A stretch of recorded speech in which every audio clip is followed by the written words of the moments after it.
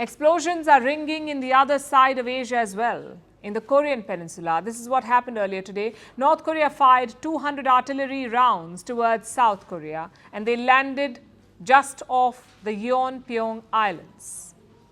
It's a South Korean island group. Barely 12 kilometers away from the North coastline, Pyongyang's shells fell close to these islands and the South Korean military ordered an evacuation. Some 2,000 people live on these islands. They were rushed to bomb shelters. Alerts rang out across South Korea. There was real fear of a war breaking out.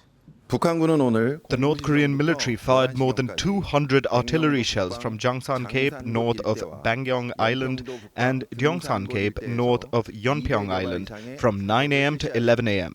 There is no damage to our people and the military, and the shells splashed into the north of the northern limit line. The North Korean shelling stopped after about 2 hours. Seoul says there were no casualties, but it remains on high alert because these islands have been attacked before. North Korea bombed them back in 2010. 2 Marines and 2 civilians were killed at the time. So South Korea is not taking any chances.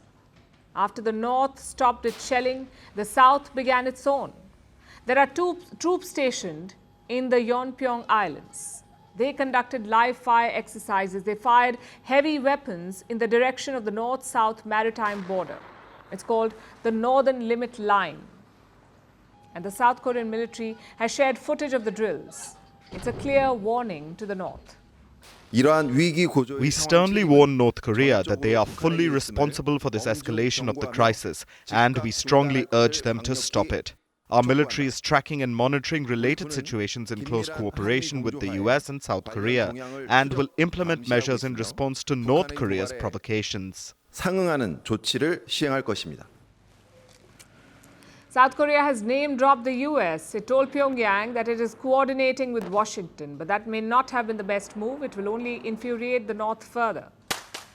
And today's shelling was not just a random show of force. It was likely a retaliation. To what? The joint US-South Korea drills that concluded yesterday. North Korea has been very upset about them, about the US-South Korea drills. Their leader Kim Jong Un has been using them as an excuse to prepare for war. This morning, North Korean media released some pictures. Take a look. Kim Jong Un and his daughter, his heir apparent, examining missiles. He said it was important to boost production, to prepare for a military showdown. And then came the news of the North firing 200 artillery rounds. It was no coincidence. Every time there's a drill, there's a North Korean reply. It should be expected by now. But today's tantrum was too close for comfort. The entire region is on edge, even North Korea's big red friend. Under the current situation, we hope that all relevant parties maintain calm and restraint, refrain from taking actions that aggravate tensions, avoid further escalation of the situation, and create conditions for the resumption of meaningful dialogue. Even China understands that today's display was too far, went too far, and this is a country that regularly fires live ammunition around Taiwan. Even they think today was a bit much. It looks like Beijing is trying to calm Kim Jong Un down, which tells you something. The continuous cycle of provocation and response cannot continue.